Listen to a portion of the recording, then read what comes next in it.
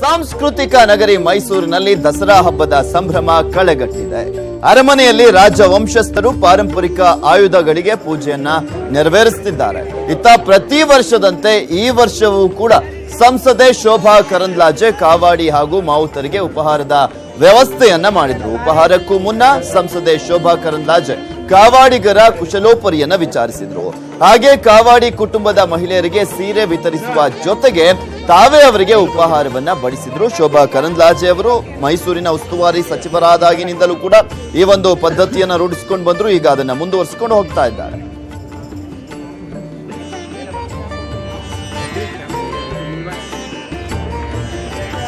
ಇದೆಲ್ಲದ್ರ ಬಗ್ಗೆ complete details ಅನ್ನ ನೀಡಲಿಕ್ಕೆ ಮೈಸೂರಿನಿಂದ ನೇರ ಸಂಪರ್ಕದಲ್ಲಿ ಜಾಯ್ನ್ ಆಗ್ತಾ ಇದ್ದಾರೆ ನಮ್ಮ ಪ್ರತಿನಿಧಿ ರಾಘವೇಂದ್ರ. ರಾಘವೇಂದ್ರ, ಆಯುಧ ಪೂಜೆಯ ಸಂಭ್ರಮ ಯಾವ ರೀತಿಯಾಗಿ ಕಳೆಗಟ್ಟಿರುವಂತದ್ದು, ಇನ್ನೊಂದ್ ಕಡೆ ಶೋಭಾ ಕರಂದ್ಲಾಜೆ ಅವರು ವಿಶೇಷವಾಗಿ ಉಪಹಾರದ ಕೂಟವನ್ನು ಆಯೋಜನೆ ಮಾಡಿದ್ರು. ಏನ್ ಹೇಳ್ತಾರೆ ಶೋಭಾ ಕರಂದ್ಲಾಜೆ ಅವರು? ಖಂಡಿತವಾಗಿ ಪೃಥ್ವಿರಾಜ್, ಏನು ನಾಳೆ ದಿನ ಮೈಸೂರಿನ ಜಂಬೂ ಸವಾರಿಗೆ ಇನ್ನೇನು ಕ್ಷಣಗಣನೆ ಆರಂಭ ಆಗಿದೆ. ಆಗಾಗಲೇ ಕೂಡ ಇಂದಿನ ದಿನದಲ್ಲಿ ಏನು ಸಂಪ್ರದಾಯಂತೆ ಪ್ರತಿ ವರ್ಷ ಕೂಡ ಶೋಭಾ ಕರಂದ್ಲಾಜೆ ಅವರು ಕಾವಾಡಿಗಳು ಮತ್ತೆ ಮಾವುತರ ಕುಟುಂಬಗಳಿಗೆ ಒಂದು ಉಪಹಾರದ ವ್ಯವಸ್ಥೆಯನ್ನು ಕಲ್ಪಿಸ್ತಾ ಬರ್ತಿದ್ದಾರೆ. ಇವತ್ತು ಕೂಡ ಅವರು ಏನು ಮೈಸೂರಿನ ಅರಮನೆಯ ಹಿಂಭಾಗದಲ್ಲಿರುವಂತಹ ಒಂದು ವ್ಯವಸ್ಥೆಯಲ್ಲಿ ಜಾಗದಲ್ಲಿ ಅವರಿಗೆ ಒಂದು ಉಪಹಾರದ ವ್ಯವಸ್ಥೆಯನ್ನು ಕಲ್ಪಿಸ್ತಿದ್ದಾರೆ. ಜೊತೆಗೆ ಅವ್ರಿಗೆ ಆದಂತಹ ಒಂದು ಉಡುಗೊರೆಗಳನ್ನು ಕೊಡುವ ಮೂಲಕ, ಸೀರೆ ಮತ್ತು ಮಕ್ಕಳಿಗೆ ಬಿಸ್ಕೆಟ್ ಅನ್ನು ಕೊಡುವ ಮೂಲಕ ಇದೀಗ ಅವರು ಹಂಚಿನ ಕೆಲಸ ಮಾಡ್ತಿದ್ದಾರೆ. ಈಗ ದೃಶ್ಯದಲ್ಲಿ ಕೂಡ ನೀವು ನೋಡ್ತಾ ಇರ್ಬೋದು, ಸಂಸದೆ ಶೋಭಾ ಕರಂದ್ಲಾಜೆ ಅವರು ಕೂಡ ಈಗ ಒಂದು ಸ್ಥಳದಲ್ಲಿ ಕಾವಾಡಿಗಳಿಗೆ ಒಂದು ಉಪಹಾರದ ವ್ಯವಸ್ಥೆಯನ್ನು ಮಾಡಿದ್ದಾರೆ. ಜೊತೆಗೆ ಅವರು ಕೂಡ ಸ್ವತಃ ಒಂದು ಕಾವಾಡಿಗಳಿಗೆ ಒಂದು ಉಪಹಾರದ ವ್ಯವಸ್ಥೆಯನ್ನು ಕೊಡುವ ಮೂಲಕ ಈಗಾಗಲೇ ಕೂಡ ಅವರಲ್ಲಿ ಒಂದು ಕುಶಲೋಪರಿಯನ್ನು ವಿಚಾರಿಸಿದ್ದಾರೆ. ಬನ್ನಿ ಅವರನ್ನೇ ಒಂದು ಮಾತಾಡ್ಸೋಣ. ಮೇಡಮ್, ಅವರು ಏನು ಪ್ರತಿ ವರ್ಷದಂತೆ ಸಂಪ್ರದಾಯ ಅಂತ ಏನೆಲ್ಲ ಆಚರಿಸ್ಕೊಂಡು ಬರ್ತಿದ್ದಾರೆ, ಮತ್ತೆ ಅವರು ಯಾಕಾಗಿ ಇದೊಂದು ಸಂಪ್ರದಾಯವನ್ನು ಆಚರಿಸ್ಕೊಂಡು ಬರ್ತಿದ್ದಾರೆ ಅಂತ. ಮೇಡಮ್ ನಮಸ್ತೆ. ಮೇಡಮ್, ಪ್ರತಿ ವರ್ಷದಂತೆ ಈ ಬಾರಿಯೂ ಕೂಡ ನೀವು ಏನು ಕಾವಾಡಿಗಳ ಕುಟುಂಬಕ್ಕೆ ಒಂದು ಉಪಹಾರದ ವ್ಯವಸ್ಥೆಯನ್ನು ಮಾಡ್ಕೊಡ್ತೀವಿ, ಏನು ಅನ್ಸುತ್ತೆ ಮೇಡಮ್ ಈ ಬಾರಿ ದಸರಾ ನಿಮಗೆ? ಈ ವರ್ಷದ ದಸರಾ ತುಂಬಾ ಚೆನ್ನಾಗಿದೆ ಅಂತ ಜನ ಹೇಳ್ತಾ ಇದ್ದಾರೆ. ಖುಷಿಯಾಗಿದೆ. ನಮ್ಮ ಸರ್ಕಾರದ ನೇತೃತ್ವದಲ್ಲಿ ಹಿಂದೆ ಆದಂಥ ಎಲ್ಲ ಲೋಪಗಳನ್ನು ಸರಿ ಮಾಡಿಕೊಂಡು ಹೊಸ ದಸರಾ ಆಚರಣೆ ಮಾಡುವಂಥದ್ದು ಆರಂಭ ಆಗಿದೆ. ಎರಡನೇದು, ಪ್ರತಿ ವರ್ಷದಂತೆ ಬೆಟ್ಟ ಹತ್ತೋದು ಮತ್ತು ಕಾವಾಡಿಗರಿಗೆ ತಿಂಡಿಯನ್ನು ಕೊಡೋದು, ಉಪಹಾರವನ್ನು ಕೊಡೋದು ನನಗೆ ಖುಷಿ ಕೊಡುವಂಥ ಸಂಗತಿ. ಇವತ್ತು ಕೂಡ ಅವರೆಲ್ಲರೂ ಕೂಡ ಬಹಳ ಖುಷಿಯಿಂದ ಈ ಒಂದು ಉಪಹಾರದಲ್ಲಿ ಭಾಗವಹಿಸ್ತಾರೆ. ಒಬ್ಬರು ಬಿಡದಂಗೆ ಬರ್ತಾರೆ. ಅದಕ್ಕಾಗಿ ಆನಂದ ಆಗಿದೆ, ಖುಷಿಯಾಗಿದೆ. ಮೇಡಮ್, ಪ್ರತಿ ಬಾರಿಯೂ ಕೂಡ ನೀವು ಇದೊಂದು ಕೆಲಸವನ್ನು ಮಾಡ್ತಿದ್ರಿ. ಈ ಒಂದು ಕೆಲಸ ನಿಮಗೆ ತೃಪ್ತಿ ಅನಿಸುತ್ತಾ ಮೇಡಮ್? ಇದು ನಿಮಗೆ ಖಂಡಿತವಾಗಿ ಇವರು ಬರೋದೇ ಇಲ್ಲ. ಯಾಕಂದರೆ ನಾಡಿಗೆ ಬರೋದೇ ಇವರೆಲ್ಲರೂ ಕೂಡ ದಸರಾಕ್ಕೆ ಮಾತ್ರ. ಉಳಿದಂಥ ಎಲ್ಲ ಸಂದರ್ಭದಲ್ಲಿ ಕೂಡ ಕಾಡಲ್ಲಿ ಇರ್ತಾರೆ. ಅವರಿಗೂ ನಾಡು ನೋಡೋದು ಖುಷಿ, ನಮ್ಗೆ ಅವರನ್ನು ನೋಡೋದು ಖುಷಿ.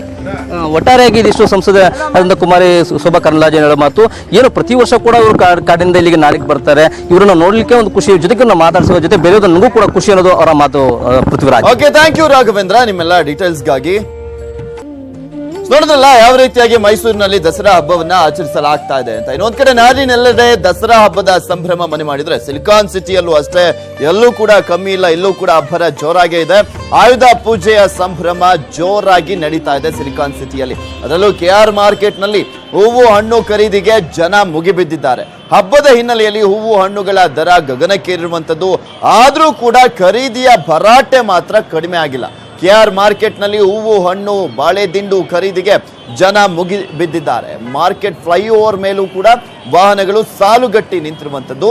ಟ್ರಾಫಿಕ್ ಕಂಟ್ರೋಲ್ ಮಾಡಲು ಪೊಲೀಸರು ಹರಸಾಹಸವನ್ನು ಪಡ್ತಿದ್ದಾರೆ.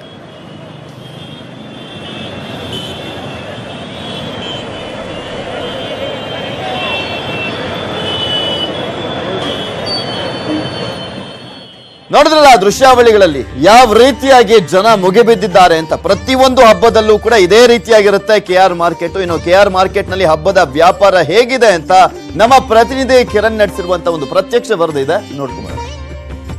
ಬೆಂಗಳೂರು ಸೇರಿದಂತೆ ಇಡೀ ನಾಡಿನಾದ್ಯಂತ ಆಯುಧ ಪೂಜೆ ಮತ್ತು ವಿಜಯದಶಮಿಯನ್ನ ಆಚರಣೆ ಮಾಡಲಾಗ್ತಾ ಇರ್ತಕ್ಕಂಥದ್ದು. ಸಾಕಷ್ಟು ಸಂಖ್ಯೆಯಲ್ಲಿ ನಾವೀಗ ಮಾರ್ಕೆಟ್ ಬಳಿ ಇದ್ದೇವೆ. KR ಮಾರ್ಕೆಟ್ ಬಳಿ ನೋಡ್ಬೋದು ನೀವು ದೃಶ್ಯಗಳಲ್ಲೂ ಸಹ ಸಾಕಷ್ಟು ಸಂಖ್ಯೆಯಲ್ಲಿ ಜನ ಜಮಾಯಿಸಿರ್ತಕ್ಕಂಥದ್ದು. ಸಾವಿರಾರು ಸಂಖ್ಯೆಯಲ್ಲಿ ಜನ ಜಮಾಯಿಸಿ ಈಗ ಹಣ್ಣು ಹೂವು ಎಲ್ಲ ಖರೀದಿಗೆ ಬಂದಿರತಕ್ಕಂಥದ್ದು. ಮುಖ್ಯವಾಗಿ ಸೇವಂತಿ, ಮಲ್ಲಿಗೆ, ಕಾಟ ಸೇರಿದಂತೆ ಎಲ್ಲ ಬಗೆಯ ಹೂಗಳನ್ನು ಮತ್ತು ಹಣ್ಣುಗಳನ್ನು ಖರೀದಿಗೆ ಇಲ್ಲಿ ಜನ ಮುಗಿ ಬೀಳ್ತಾ ಇರ್ತಕ್ಕಂಥ ದೃಶ್ಯಗಳನ್ನು ನೋಡಬಹುದು. ಪ್ರತಿನಿತ್ಯಕ್ಕಿಂತ ಸಾವಿರಾರು ಸಂಖ್ಯೆಯಲ್ಲಿ ಇವತ್ತು ಜನ ಜಮಾಯಿಸಿದರೆ ಹಬ್ಬ ಹಿನ್ನೆಲೆಯಲ್ಲಿ ಬೆಳಗ್ಗೆಯಿಂದಲೂ ಸಹ ಸಾಕಷ್ಟು ಸಂಖ್ಯೆಯಲ್ಲಿ ಜನ ಜಮಾಯಿಸ್ತಾ ಇದ್ದಾರೆ. ಮಾರ್ಕೆಟ್ ಸುತ್ತಮುತ್ತ ಇರ್ತಕ್ಕಂಥ ಎಲ್ಲ ರಸ್ತೆಗಳು ಸಹ ಬಂದಾಗಿರ್ತಕ್ಕಂಥದ್ದು. ಏನು ಸಾಕಷ್ಟು ಸಂಖ್ಯೆಯಲ್ಲಿ ಜನ ಬಂದಿರೋದ್ರಿಂದ ಸಾಕಷ್ಟು ಖರೀದಿ ಭರಾಟೆ ನಡೀತಾ ಇದೆ. ಎಲ್ಲ ಹೂವು ಹಣ್ಣು ಖರೀದಿಯಲ್ಲಿ ಜನರು ನಿರತರಾಗಿದ್ದಾರೆ. ಇನ್ನು ಮಾರ್ಕೆಟ್ ಬಳಿ ಏನು ಸಾಕಷ್ಟು ಸಂಖ್ಯೆಯಲ್ಲಿ ಜನ ಸೇರಿರೋದ್ರಿಂದ ಮಾರ್ಕೆಟ್ ಸುತ್ತಮುತ್ತ ಸಾಕಷ್ಟು ಟ್ರಾಫಿಕ್ ಜಾಮ್ ಕೂಡ ಉಂಟಾಗಿದೆ. ಪೊಲೀಸರು ಮಾರ್ಕೆಟ್ನ ಸಂಚಾರಿ ಪೊಲೀಸರು ಕೂಡ ಹರಸಾಹಸ ಪಡ್ತಾ ಇದ್ದಾರೆ. ಮಾರ್ಕೆಟ್ ಬಳಿ ಏನು ಜನರನ್ನ ಕ್ಲಿಯರ್ ಮಾಡೋದಕ್ಕೆ ಪ್ರತಿನಿತ್ಯಕ್ಕಿಂತ ಸಹ ಸಾವಿರಾರು ಸಂಖ್ಯೆಯಲ್ಲಿ ಜನ ಬರ್ತಾ ಇದ್ದಾರೆ. ಏನು ಹೂವುಗಳಾಗಿರ್ಬೋದು, ಏನು ಅಗತ್ಯ ಪೂಜಾ ಸಾಮಗ್ರಿಗಳನ್ನು ಖರೀದಿಯಲ್ಲಿ ತೊಡಗಿರ್ತಕ್ಕಂಥದ್ದು ನೀವು ದೃಶ್ಯಗಳಲ್ಲೂ ಸಹ ನೋಡ್ಬೋದು. ಕಿಲೋಮೀಟರ್ ಗಟ್ಟಲೆ ಜನ ವ್ಯಾಪಾರ ಮಾಡೋದಕ್ಕೆ ನಿಂತಿರ್ತಕ್ಕಂಥದ್ದು. ಎಲ್ಲ ರಸ್ತೆಗಳು DVG ಗುಂಡಪ್ಪ ರಸ್ತೆ, ಅವಿನ್ಯೂ ರಸ್ತೆ ಎಲ್ಲವೂ ಕೂಡ ಬಂದಾಗಿದೆ. ವಾಹನ ಸವಾರರು ಸಹ ಟ್ರಾಫಿಕ್ನಲ್ಲಿ ಸಿಲುಕಿ ಹರಸಾಹಸ ಪಡ್ತಾ ಇದ್ದಾರೆ. ಪ್ರತಿಯೊಬ್ಬರು ಸಹ ಇವತ್ತು ಹಬ್ಬ ಇರೋ ಹಿನ್ನೆಲೆಯಲ್ಲಿ, ಆಯುಧ ಪೂಜೆ ಇರೋ ಹಿನ್ನೆಲೆಯಲ್ಲಿ ಸಾಕಷ್ಟು ಸಂಖ್ಯೆಯಲ್ಲಿ ಜನ ಇಲ್ಲಿ ಬಂದು ಸೇರ್ತಾ ಇದ್ದಾರೆ. ಟ್ರಾಫಿಕ್ ಜಾಮ್ ಕೂಡ ಉಂಟಾಗ್ತಾ ಇದೆ. ಪ್ರತಿನಿತ್ಯಕ್ಕಿಂತಲೂ ಸಹ ಸಾಕಷ್ಟು ಸಂಖ್ಯೆಯಲ್ಲಿ ಜನ ಜಮಾಯಿಸಿರ್ತಕ್ಕಂಥದ್ದು. ಇದು ಏನು ಮಾರ್ಕೆಟ್ನಲ್ಲಿ ಏನು ಆಯುಧ ಪೂಜೆ ಹಿನ್ನೆಲೆಯಲ್ಲಿ ಹೂವು ಹಣ್ಣು ಖರೀದಿಗೆ ಜನಸಾಗರವೇ ಹರಿದು ಬಂದಿದೆ. ಎಲ್ಲ ಕಡೆಗಿಂತಲೂ ಸಹ ಬೆಂಗಳೂರಿನಲ್ಲಿ ಎಲ್ಲ ವಸ್ತುಗಳು ಸಿಗೋದ್ರಿಂದ ಹೂವು ಹಣ್ಣು ಇದೇ ಅಗತ್ಯಕ್ಕೆ ಪೂಜೆಗೆ ಅಗತ್ಯವಾದಂಥ ಎಲ್ಲ ವಸ್ತುಗಳು ಸಿಗೋದ್ರಿಂದ ಇಲ್ಲಿ ಬಂದು ಜನ ಈಗ ಖರೀದಿಯಲ್ಲಿ ನಿರತರಾಗಿರ್ತಕ್ಕಂಥದ್ದು. ಕ್ಯಾಮ್ರಾ ಪರ್ಸನ್ ಯೋಗಿ ಜೊತೆ ಕಿರಣ್, ನ್ಯೂಸ್ 18 ಕನ್ನಡ, ಬೆಂಗಳೂರು.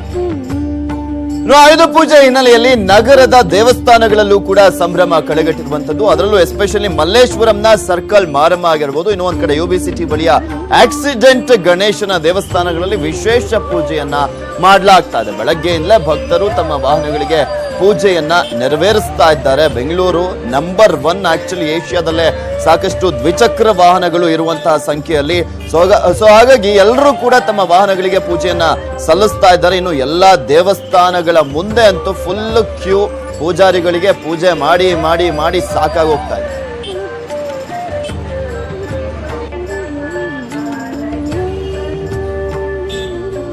ಇದೆಲ್ಲದ್ರ ಬಗ್ಗೆ ಕಂಪ್ಲೀಟ್ ಡೀಟೇಲ್ಸ್ ಅನ್ನ ಕೊಡ್ಲಿಕ್ಕೆ ನಮ್ಮ ಪ್ರತಿನಿಧಿ ಥಾಮಸ್ ಪುಷ್ಪರಾಜ್ ನೇರ ಸಂಪರ್ಕದಲ್ಲಿ ಜಾಯ್ನ್ ಆಗ್ತಾ ಇದ್ದಾರೆ. ಎಸ್ ಥಾಮಸ್, ಬೆಂಗಳೂರು ದ್ವಿಚಕ್ರ ವಾಹನಗಳಲ್ಲಿ ಏಷ್ಯಾದಲ್ಲೇ ನಂಬರ್ 1 ಇರುವಂತದ್ದು. ಇನ್ನು ಪೂಜೆ ಅಂದ್ರೆ ಕೇಳ್ಬೇಕಾ? ಈಗ ದೇವಸ್ಥಾನಗಳ ಮುಂದೆ ಕೂಡ ಭರ್ಜರಿಯಾಗಿ ಪೂಜೆ ನಡೀತಾ ಇದೆ. ನೀವಿರುವಂತ ಕಡೆ ಯಾವ ರೀತಿಯಾಗಿ ಪೂಜೆಯನ್ನ ನೆರವೇರಿಸಲಾಗ್ತಾ ಇದೆ? ದೇವರು ಹತ್ರ ಯಾವ ರೀತಿಯಾಗಿ ಭಕ್ತರು ಏನೆಲ್ಲ ಕೇಳ್ಕೊಳ್ತಾ ಇದ್ದಾರೆ ಅಂತ?